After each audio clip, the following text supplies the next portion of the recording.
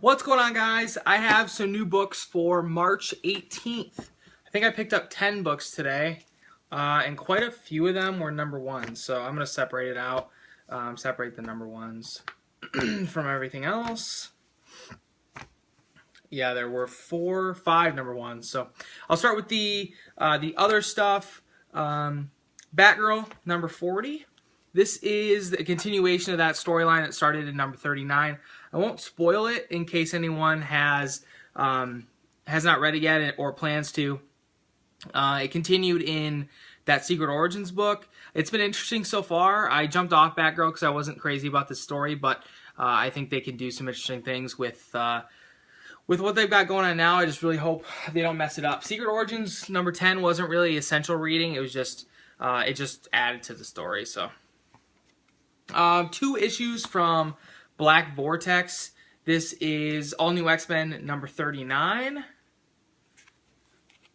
and Guardians Team Up number 3, Black Vortex chapter 6. I've actually really been a fan of this Black Vortex story, much more so than I thought I would be. It's about Black Vortex is sort of this mirror that if you look into it, it sort of elevates your level of consciousness, makes you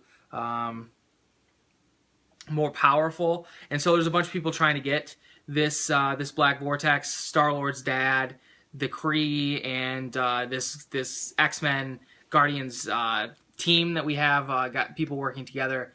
A couple of the good guys, the X-Men and the Guardians, have actually looked into the Black Vortex, and they're no longer on the good side. So like I said, I've enjoyed it much more than I thought I would. But the last Guardians X-Men team up or crossover I read, which was the Trial of Jean Grey, I liked that one quite a bit too. So this is Outcast number 7. This book's been off for a while. I did miss it while I was gone, although I don't remember a ton in terms of story content. But the main character in this book is what really keeps me picking this book up. Kyle, who's sort of the exorcist guy in the book. He's been through a lot, him and his family. We don't exactly know what yet. All of it hasn't been revealed, but it's going to be, it has to be relatively soon, so that's why I'm still on this book. Pretty awesome stuff. Plus the artwork's pretty cool. Marvel, this is Silk number 2. Silk versus Spider-Gwen. By the way, I'm in love with this cover. Silk versus Spider-Gwen. I like Silk so much more. Everything about the book, the story, the character, the artwork. I read the first 2 issues of Spider-Gwen, and I won't be continuing with that book. I just I like Cindy as a character much more than Gwen, and I just like the book in general. So yeah. And then the last non-number 1 is from Raphael Albuquerque and Mike Johnson. This is 8, number 2. This is a 5-issue miniseries, I believe. I absolutely loved the first issue. The way this story is told is super interesting. Here at the front, you have this little key that says the past is green, the present is purple, the future is blue, and the meld is something else entirely, and that's yellow. If you look through the book, the background colors correspond to those colors in that key. Here, let me find a different. Like here, we have some green going on. So it's a really interesting way to give the reader a cue as to when that part of the story is taking place. Like I said, I was absolutely blown away by the number 1. Plus, Raphael Albuquerque is a really great artist. I'm a big fan of Albuquerque's artwork, so excited for that. And then now, these are all number 1s. I think I need some help because I picked up 5 new number 1s, 4 of which are sci-fi related, so we're going to have to cut that down at some point because I can't just keep picking everything up. But first of all, I picked up Frankenstein Underground, number 1. Of course, Mike Mignola. Ben Stenbeck on the artwork, who worked on Baltimore. I wasn't sure if I was going to get this book or not because I'm a little hesitant about this Frankenstein character because of when he first appeared. I believe it's in... It was in the graphic novel hardcover, like one-shot type deal. I believe it's called House of the Living Dead. It's my least favorite Hellboy story ever, and that's when this Frankenstein character first appears in the Hellboy universe. So I'm sort of hesitant about this book, but we'll see. I'll give it a shot, and we'll go from there. I like Stenbeck's artwork quite a bit, plus, of course, Dave Stewart doing the colors like he does all of the Hellboy Universe stuff. I believe it takes place in 1956, right after we met this Frankenstein character the last time, so. Okay, 3 of them are Image books. We'll start with the Dark Horse book. This is Shaper #1. Really cool cover. This book is a 5-issue mini, I believe, about a race of shapeshifters who are sort of running from this group of people who are trying to take them down. This is our main character, I'm assuming. In this issue, I think he finds out that he's a shapeshifter, so he's got to learn how to use his powers and also, you know, stay away from the people that are persecuting him. So I'm willing to give this one a shot, but this is a 5-issue mini. So if I don't like this issue, if I don't think it's great, I'll just be done with it now. And then I picked up Invisible Republic, written by Gabriel Hardman.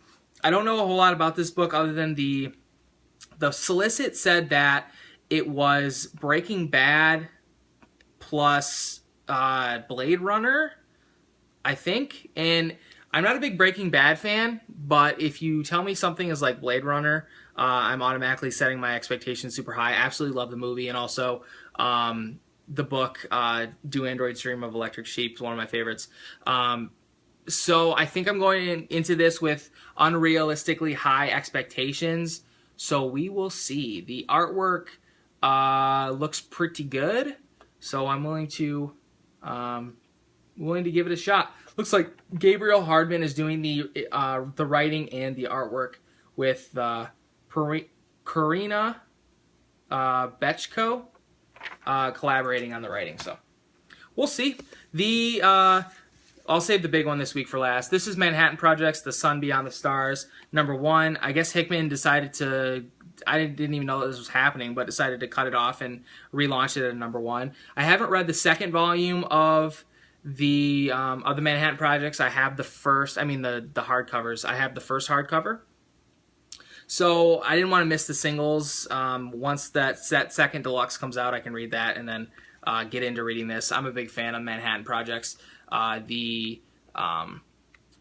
of the famous scientists, Einstein and Oppenheimer, mostly sort of taking them and turning them on, you know, them on their side and doing something really interesting with those characters. So I really, really loved the first volume of Manhattan Projects. And then the big one for this week, book that I'm not exactly sure about. This is Chrononauts #1, written by Mark Miller, artwork by Sean Murphy. I'm not a huge fan of Sean Murphy. I think I've said that before. I think his artwork can get a little busy sometimes, particularly in action sequence type stuff. I don't see anything in here that is too out there. I think Punk Rock Jesus is the thing that I mostly had issues with, and that's in black and white. So maybe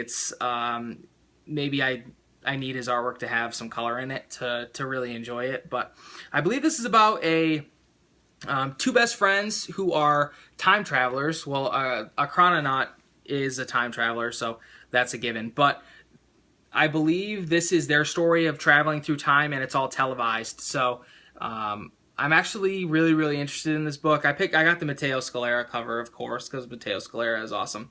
So I'm really expecting to enjoy this book. Like I said, the artwork, there doesn't seem to be anything in here that bothers me too much. So really, really looking forward to it. Chrononauts #1.